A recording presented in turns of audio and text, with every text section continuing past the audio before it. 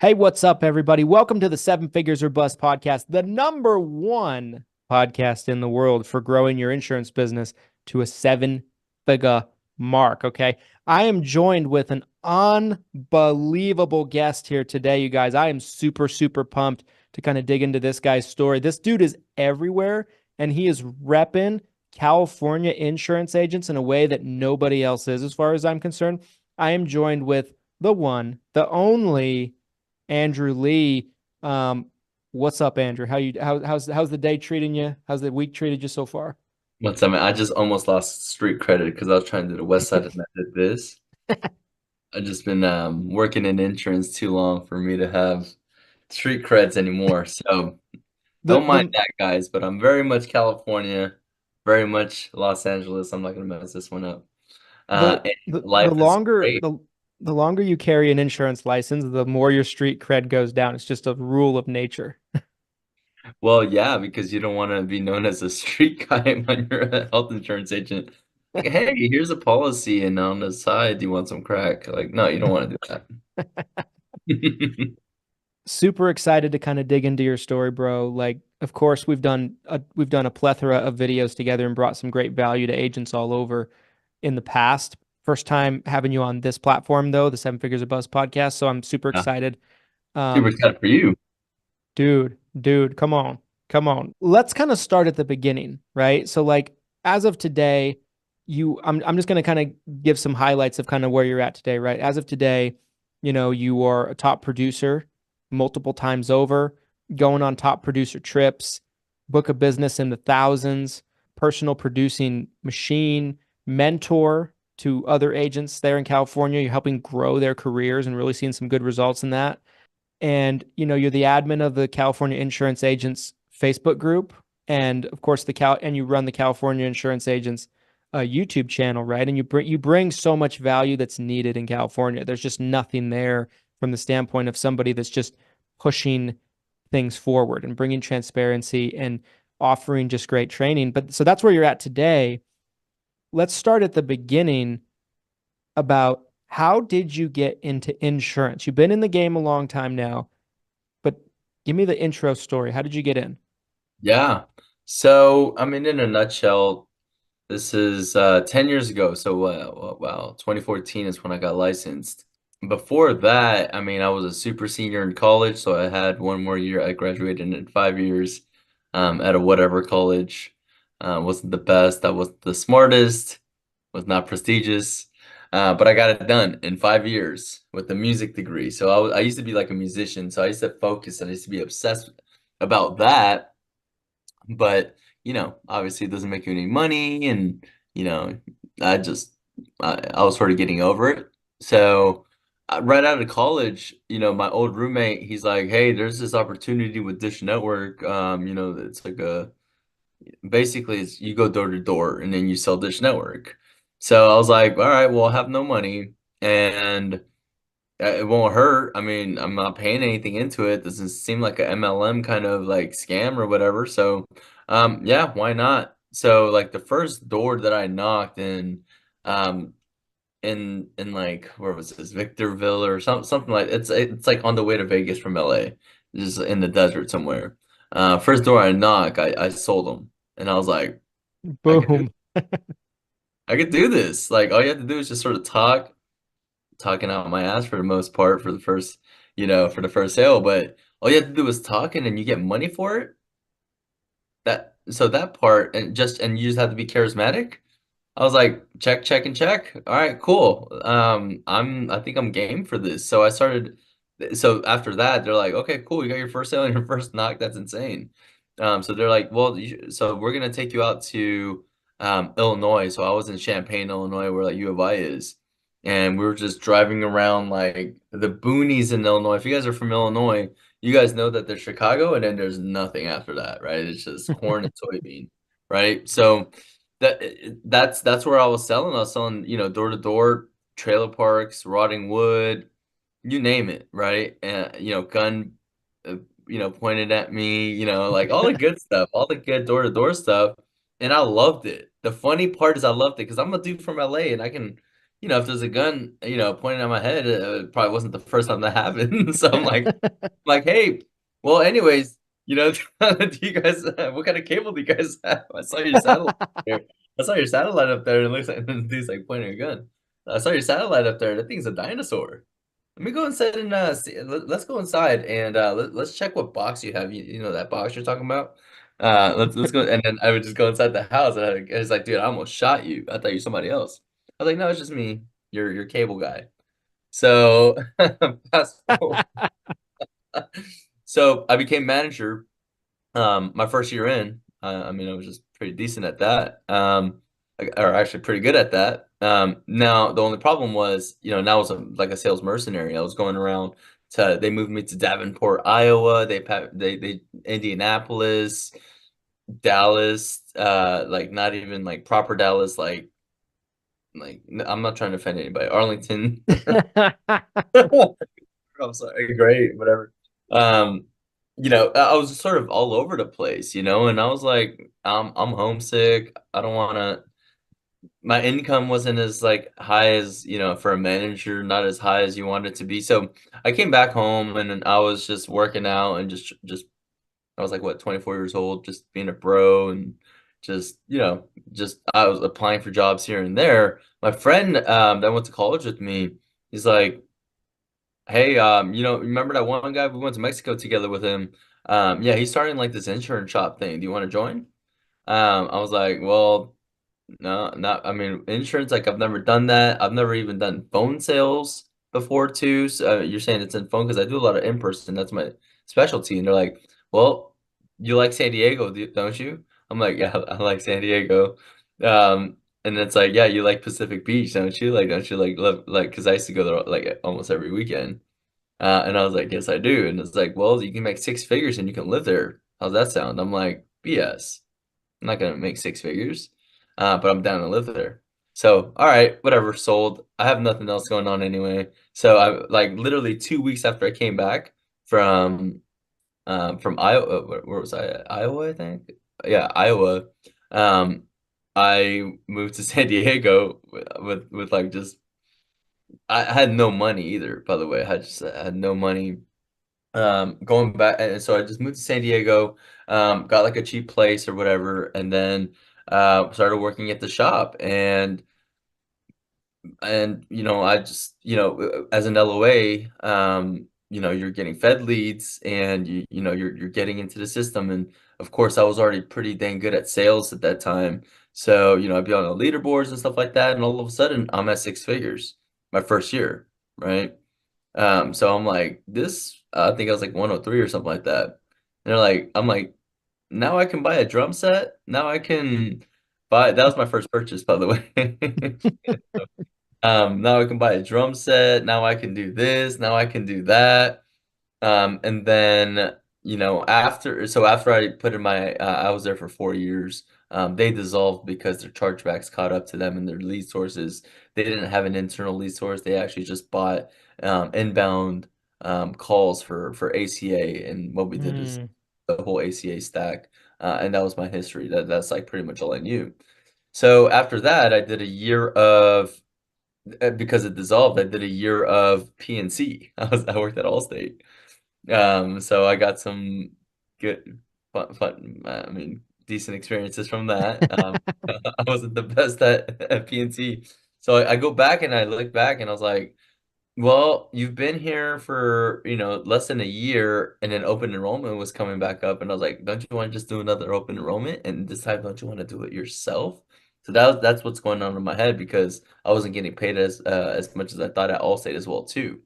So all that combined together, and then of course, my bank account being low, and I'm 28 or whatever at the time.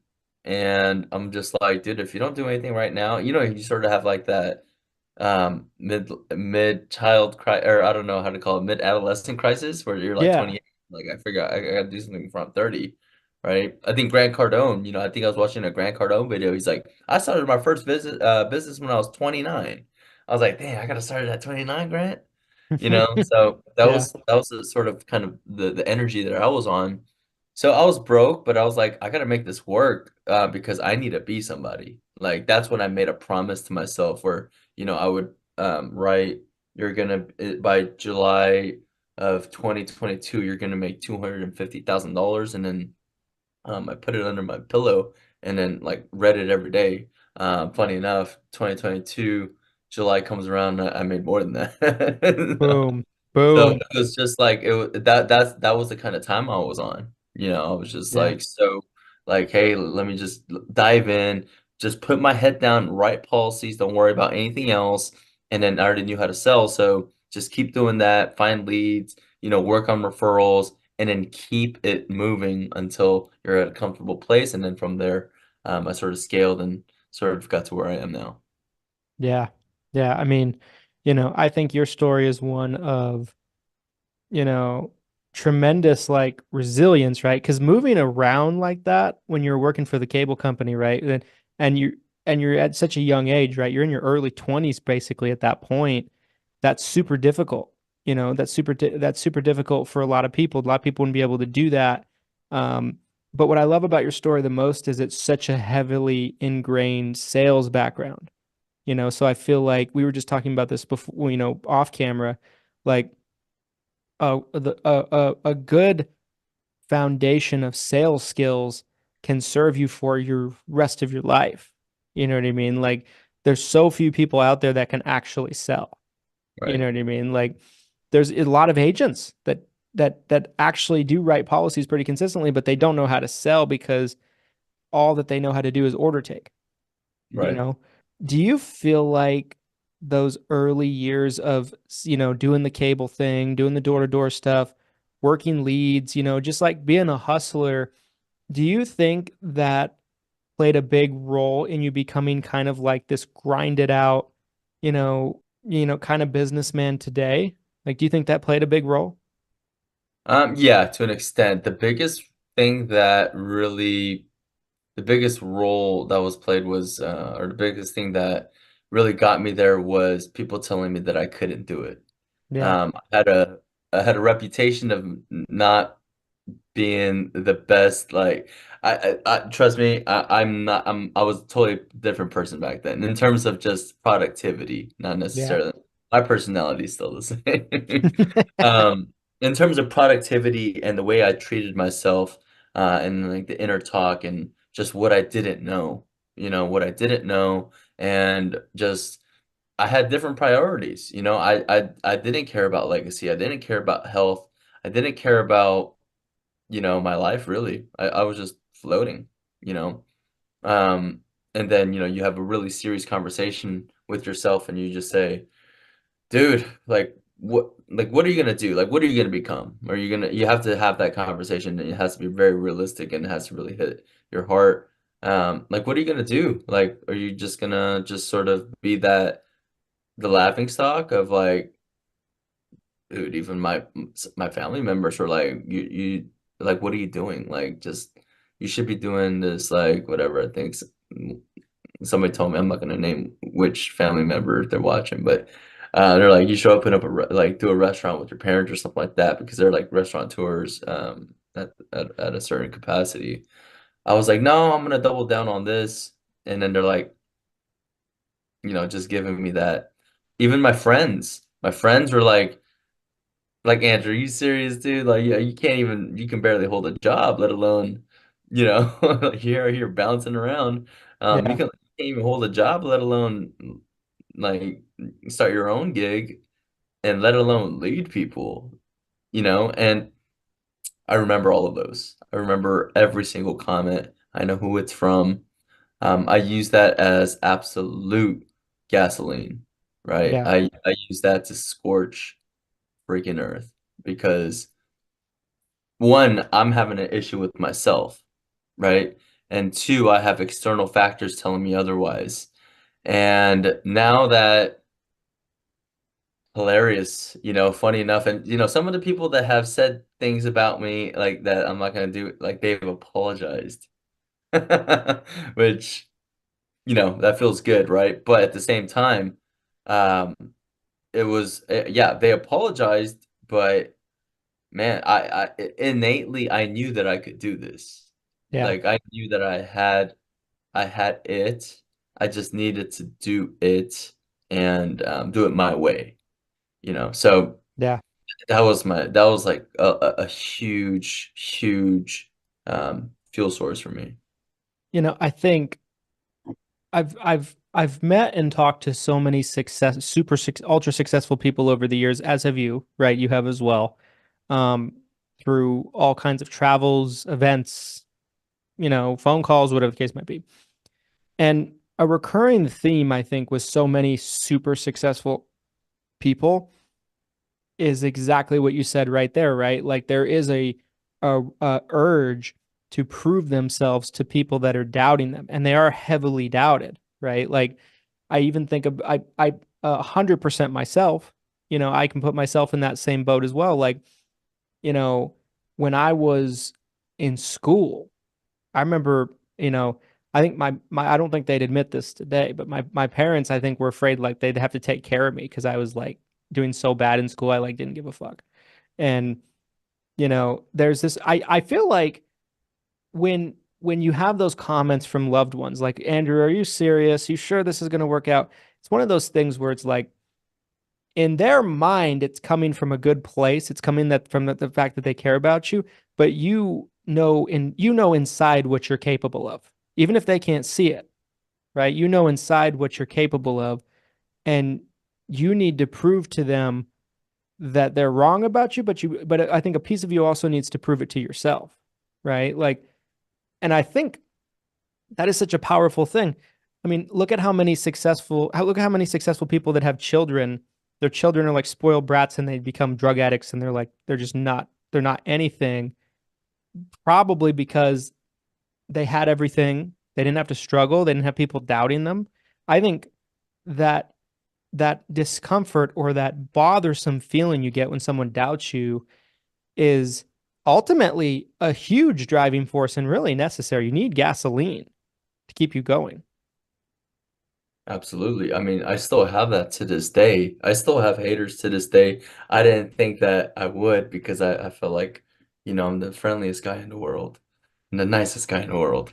But it is a war, it is a battlefield out there, and if I have to go Machiavellian, I will, right? I mean, you're either fear or loved. So, I mean, I still have that in my arsenal, right? Yeah.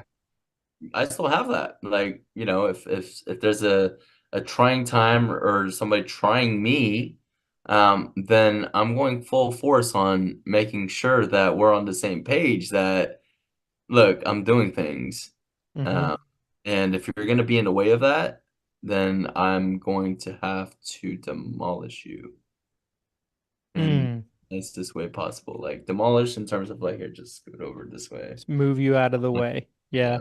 not like going crazy, crazy, but just like I don't need that negativity in my life. I'm No. already every day is already a battle in itself. Life is always happening.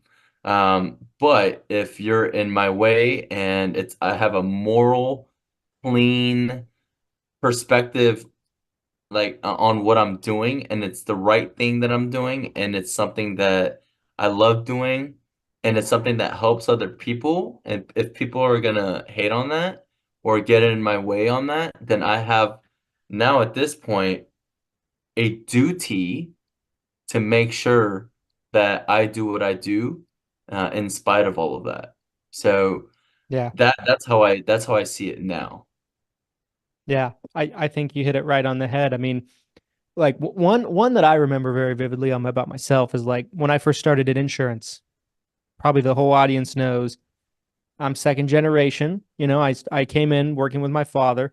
I was like 21, 22, and I told my dad, I'm like, I want to make $1 million a year by the time I'm 30.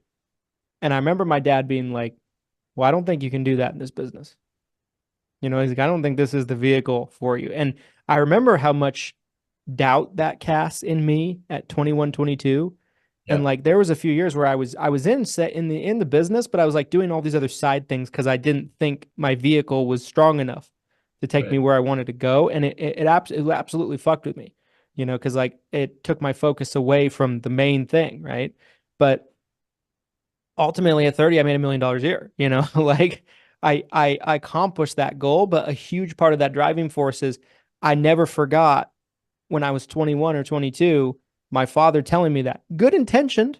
I don't think he was saying it to try to hurt me or anything like that. I think he was trying to like reel in my expectations in his mind, Right. but there was that burning desire, I honestly think, I mean, I mean, you look at Michael Jordan, right? Like Michael Jordan's Hall of Fame speech is literally him just like going at people that doubted him. Like that's his whole speech. It's the most beautiful thing you've ever, like if no one's ever watched that, Coach. like go, yeah, coaches, like you made a mistake, buddy. You remember that clip? Like those, there's so many successful people that are driven by that. And I think that fire needs to be there. I think you need fuel because, if you don't have external motivations, it's just, it can sometimes the motivation can just not be there to continue to keep pushing and progressing. Um, I want to shift gears a little bit and talk about, so as an agent, right? What are some, I mean, you're somebody now that you're working with agents, you're mentoring agents, you're really pouring into these agents, and some of them are really starting to really blossom and really just start to develop fantastic careers, so props to you for all the work you've done with them.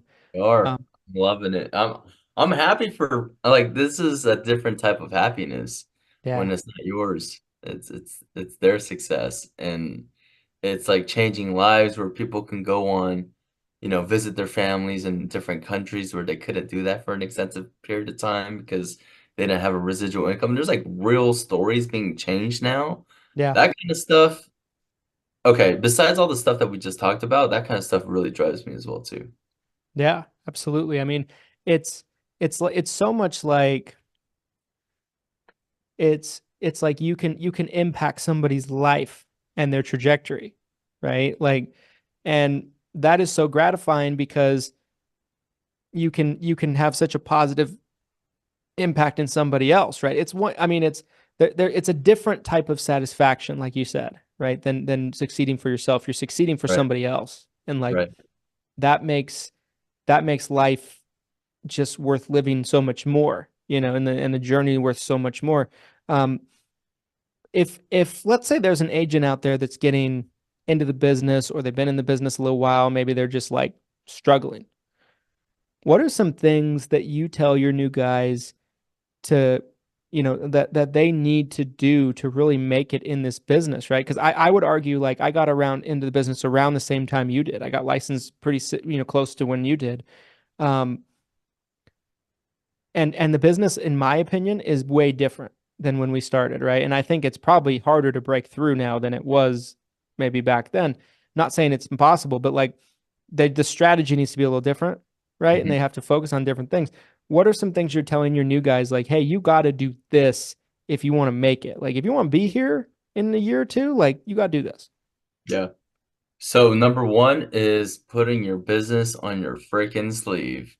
If you don't got no money, right, then you have a whole bunch of time, Yep. right? So do anything that you have to do to make sure and tap into whatever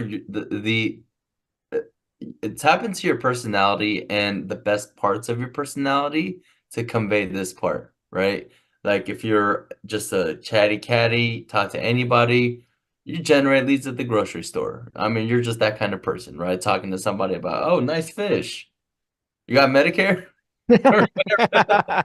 Like, whatever it is. Like you just some people just have gift of gab and Mhm. then what happens is, of course we have to be coaches. Like we're all coaches, right? Like I think of myself as, like a basketball coach, right? Like Mhm. if you are, if you see somebody that has X characteristic about them, then I'm like double down on that, right? You go out and you be the loud if you're loud, you be the loudest person that you need to be, let everybody know. But here's the thing. Because if you don't have money, you're not going to generate leads if you don't do that. And here's the thing, you're playing to your strengths, you're going to be comfortable doing that. So you're not going to wake up every day and say this sucks instead of forcing somebody to call leads when they don't have no idea how to do a presentation or they have no idea how to do phone sales, right? So stick to your strengths at first, right? To get your bearings in. And then once you get your bearings in and you get some deals under your belt, you're like, oh, you get the confidence of like, oh, like this is actually working. Then you would have to scale that. Of course, if you're talking to people and trying to get referrals like that, that's not really scalable. But at the same time, if you have, because you've sold that person, you have relationships with different people now because of that, and then you're taking action and it's rolling. At that point, then it's going to become a solid business. I would just urge the new agent to don't burn all ships, have that mentality. I know that sometimes you have to put food on the table, and I get it. And you might have to have a second job, but you're not gonna, real talk, you're not gonna get anywhere with having a second job. Yep. I don't even want to spend that much time with you. I'm not saying it like that to be so like mean, but just on a practicality level, like if you're not giving me 100%, I'm not going to give you 100%, right? Yeah.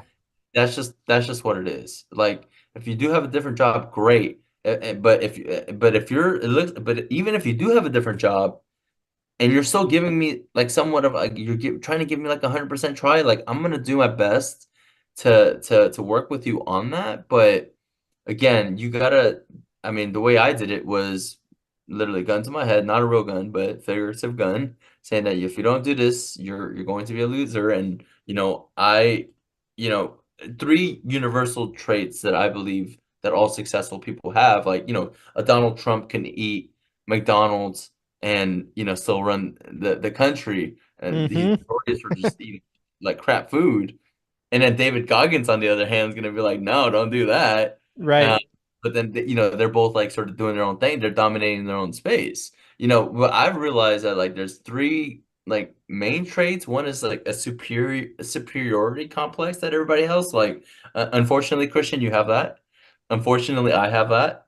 Unfortunately, most leaders have this. Like I deserve the world and all the success that it gives me because I worked for it, Mm-hmm. right? So we Yep. have that like sort of that superiority complex. So, once you get, if you already have that embedded in you, and then also, shoot, if we want to go back to talking, I mean, I guess we're sort of, dipping into the other topic, but everybody that kills it has crippling insecurities. Like you got to 100%. Oh, you have absolutely. to be, I'm not hitting my goals and it's going to make me feel like a piece of crap and I want to be better than the person next to me. And if I don't, I'll be a nobody and I'll be nothing, right? And then another one, number three would be, with all that being said, control your impulses, right? Control your Mm. impulses, control, focus on what needs to be done to do that as opposed to saying that you're going to do it.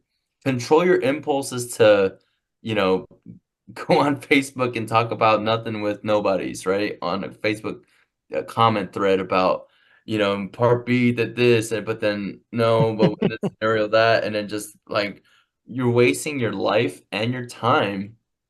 You don't have tunnel vision. You do not have tunnel vision on your ultimate goal. So a lot of people do lack that. So if we're gonna have that, and I mean that because if you have that, you can have the awareness now to scale and push forward because that tunnel vision, all that work, the shooting in the gym worked, right? So now Yep. now you can scale it from there. So um I mean that's just sort of like the type of people that I want agents to become. I mean, if you don't innately have that, then two out of three would make you an okay agent. One out of three, we might have to talk. None out of three, we might not be a good fit, right? Yep. So I Yep. mean, I'll have them do that. But if they're a killer on the phone, and I already know that from day one, and they've had telemarketing experience, then shoot, I'm gonna say, hey, get some leads, go buck wild, go crazy. All right, let's see what we can come up with. This video is sponsored by none other than Hire Heroes, you guys. Hire Heroes should be at the top of your list when considering your virtual assistant needs. Let's face it, today, hiring employees and hiring staff for your business is harder than ever and more expensive than it's ever been before. And when you're a new up-and-coming business in particular, or even if you're an established business, sometimes the squeeze of the financials of hiring somebody stateside can be incredibly challenging. What Hire Heroes brings to you is an ability to tap into their best of the best team members that you can plug into your business at very affordable prices. One thing about finding and hiring VAs completely on your own is it can get a little sketchy because you don't always know who you're getting and who's working for you. The great thing also about Hire Heroes is they've gone through and done the work for you of vetting the people that you're going to be working with, and the people that you are assigned are only the best of the best and the shining examples of excellence within the company. So you know you're getting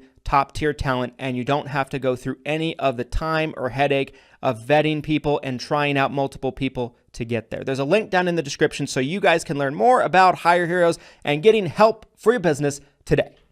Yeah, absolutely. I think that's just perfectly said. I think it's one of those things where I love what you said there about if the agent doesn't have all three characteristics, but they have 1 out of 3, 2 out of 3, that kind of thing, you can work with that, right? Like, and I think that's so true, especially in our business, right? And like, because in our business, there is a lot of ways to build the business, right? Like, there's agents that we work with, like, there's one I did an interview with the other day, has 1,300 Medicare clients, and she's like, I've never bought a lead.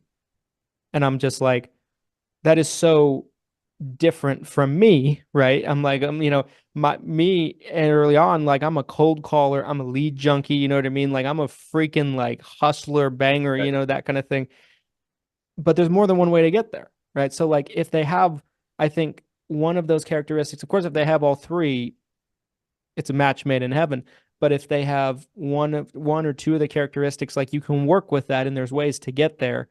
But I think ultimately, you're 100% correct. Like there is certain characteristics you have to have or be willing to develop if you want to be successful. Like you can't be lazy. You can't be a know-it-all. You know what I mean? Like you have to be coachable. And you have to execute. You have to execute on what you learn. And some people struggle with those just few things, and yeah. I want to dig into a little bit about the industry in California, right? So like California is such a unique market for so many things, but particularly insurance, right? What do you feel like is different for agents in California versus like the rest of the country? Like what are some things they go through? What are some things that they have to overcome and really get good at to be successful in California? And how important is it to have a mentor in California when you're starting out as an agent there? Yeah, I mean, some of the main issues California in terms of being a Medicare agent is, well, there's a handful of FMOs that sort of are the conglomerates in California that are pretty big. If you're in California, the carriers or the FMOs I'm talking about. Yeah. But they're so big that it's not personable. Of course, there can be factions of subsects of that FMO that does a great job. Everybody's experience could be different.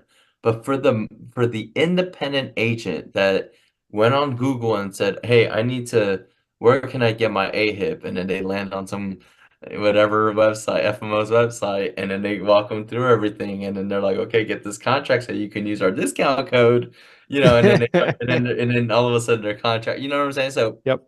and then a lot of agents found out the hard way that that's not the best scenario to be in. So there's just a lot of a lot of people, in LA, people don't want to be insurance agents. They just want to be actors where I'm at. So again, I love that because I can dominate a space if you don't want to do it. But in California, the issue, one of the biggest issues are that the support system is just really poor, right? Yeah. You can have, your get-togethers. That's why in my California Insurance Agents group, the whole point of making that group was to unite people. I was like, I can't believe that name wasn't taken because Yeah. Same. It was nothing like that shocking. really existed. Nothing like that existed. I saw one for KBIP, right? California NABIP, and that's of course, but I think we have more members now than KBIP. I gotta double check. But here's the reason why is because we never had anything like that before. I've had testimonials from tenured agents, like one agent, she's been doing this for 20 years. And she was like, well, I mean, most of the events in California are just carrier events where they're doing coffee kits or pump up, product push out, all that kind of stuff. And then not really anything about marketing and sales or anything like that. Just like, hey, the dental's gonna be higher this year. Okay, did you guys look out for this medical group coming in? It's gonna be a game changer. Like, no, like what a game changer is gonna be if okay, if I have a lead, what do I do? Right? And Yep. then now I know the sales strategy, I know how to do it. Now, am I thinking three-dimensionally on how I can follow up? Am I implementing automations? Am I implementing systems in place? That kind of stuff. Nobody talks about that. Nobody talks about that, right? Or hiring. How do you hire, right? How do you I mean, everybody in the Medicare industry wants to, recruit for whatever reason, but even though, I'm in a position to recruit, I'm a firm believer of like get your work in first, Yep. get some policies first, and, this ain't life insurance. I'm sorry. This ain't life insurance where you just come in and just like start just like recruiting from day one. Like, no, like just really have a tangible product that you can work on that's a good product. Take years on, it took me years to, come up with my system. Have a great system, have a foolproof product, and then once you have that product, market it, and then if it's working, scale it, Yep. Yep. right? But there's Absolutely. not information like that in California. Yeah.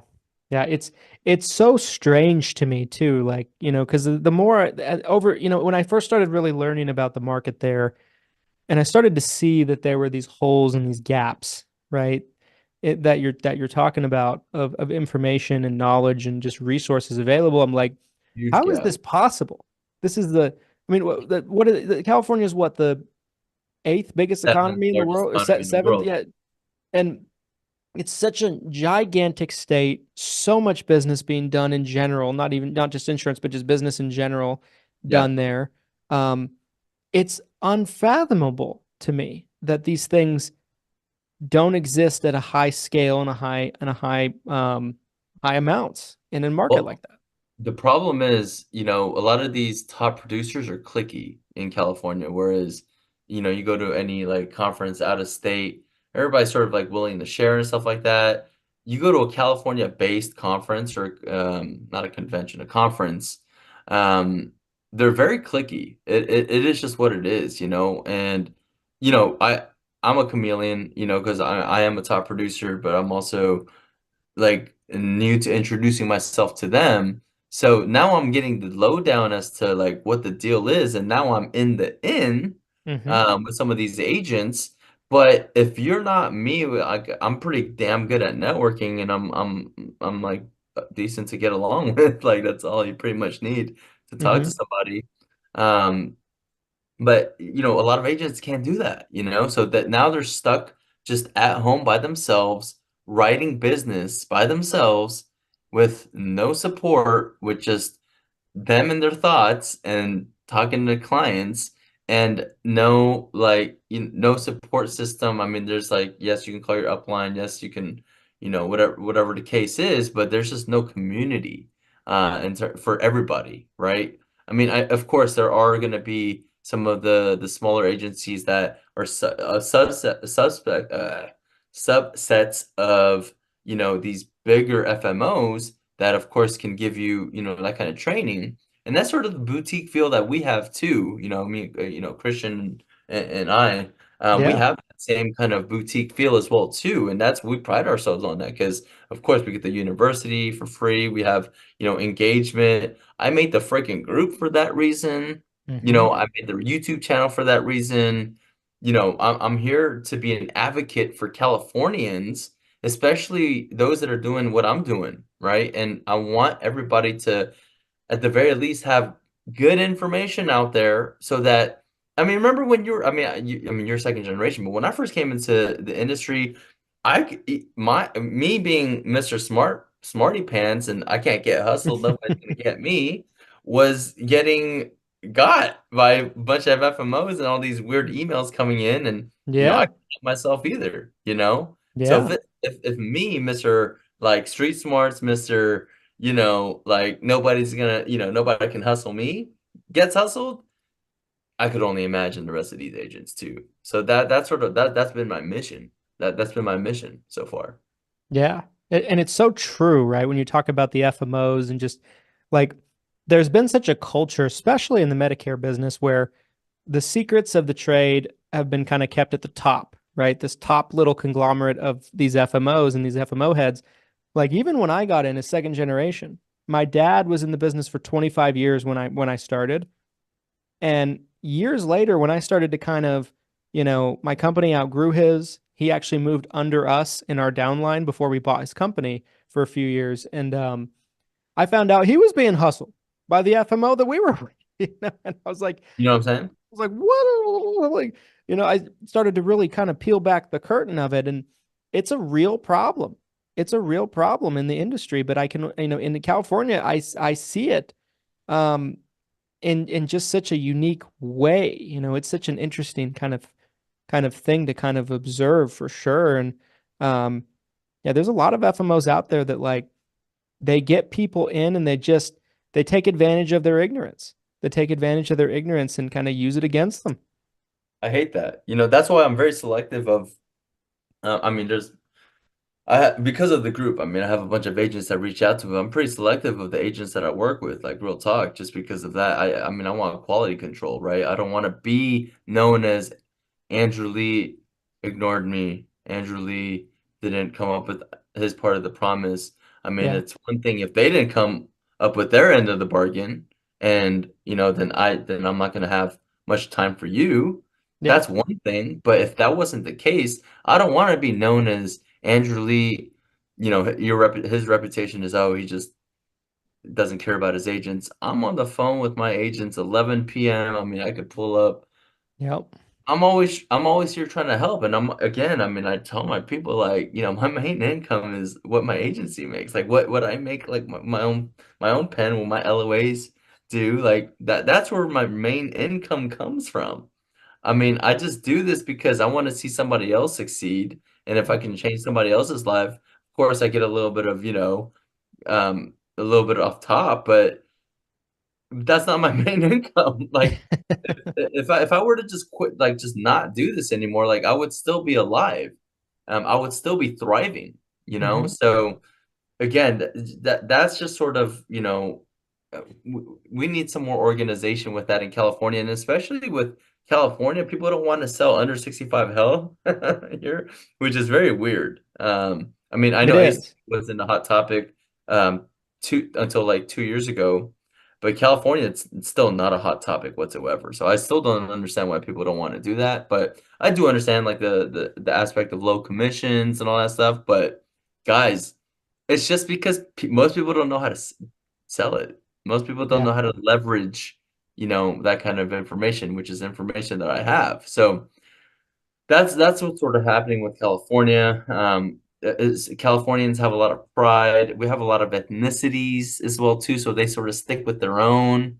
Sort of in that aspect, it's a different state compared to the rest of the U.S. Yeah. Yep. Yep. I think perfectly said. Brother, I could talk to you for another 3 hours. I want to be respectful of your time. Talk a little bit about like, first off, I want to say this before I ask this last question.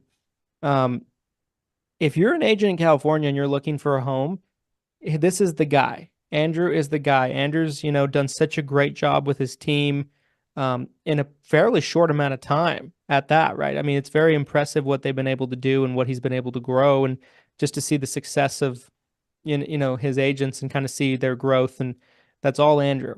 Um, if someone is watching this or they listen to the end of this on the audio version and they want to get in touch with you, they really they want to reach out to you. They're looking for mentorship, they're looking for guidance, and they want to work with Andrew. How can they get in touch with you? What's the best way? Yeah. Well, you can just call me. Call my office line 323-844-8255. 8471, and then just hey, I saw you on Christian's podcast. Hey, I've been following what you've been doing on your own channel, California Insurance Agents Group channel. And I just want to work with you or whatever the case is. Yeah, call me. And then from there, I'll give you my personal cell and we'll have that relationship like that, right?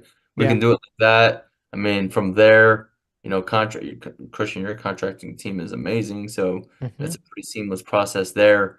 But yeah, if you ever if you don't have a home, if you're in a situation as to some of the, situations that I've illustrated, if you're just like, I just have an FMO that has a different job right now too, has his part-time job, or an upline that has a part-time job, or just like isn't competent or doesn't have enough just know-how, just experience, then yeah, definitely reach out. Let's see if we're a good fit. Absolutely. 100%. Guys, we'll also link some links in the description of the podcast and also on the YouTube channel if you're watching this on YouTube, to Andrew's Facebook group, California Insurance Agents, and also his YouTube channel, also called California Insurance Agents. Um, highly, highly recommend you join his group. Highly recommend you follow him and subscribe to his YouTube channel. Puts out some killer, great information. Um, Andrew Lee, thank you for doing this. Thanks for all your Yeah. time and insight, brother. Yeah, no, I'm very excited to see how the podcast situation comes about, and I can't wait to see you on the charts. I want to see you up there. Hey, we're gonna get there. We're gonna get there. Guys, no matter what platform you're listening, if it's a podcast platform, give us a 5-star review. If you're watching on YouTube, drop a like, comment your thoughts down below, subscribe. Um, we'll be back with more episodes of the Seven Figure Bus Podcast soon. Appreciate you watching all the way to the end, and we'll see you guys next time. Thanks, guys.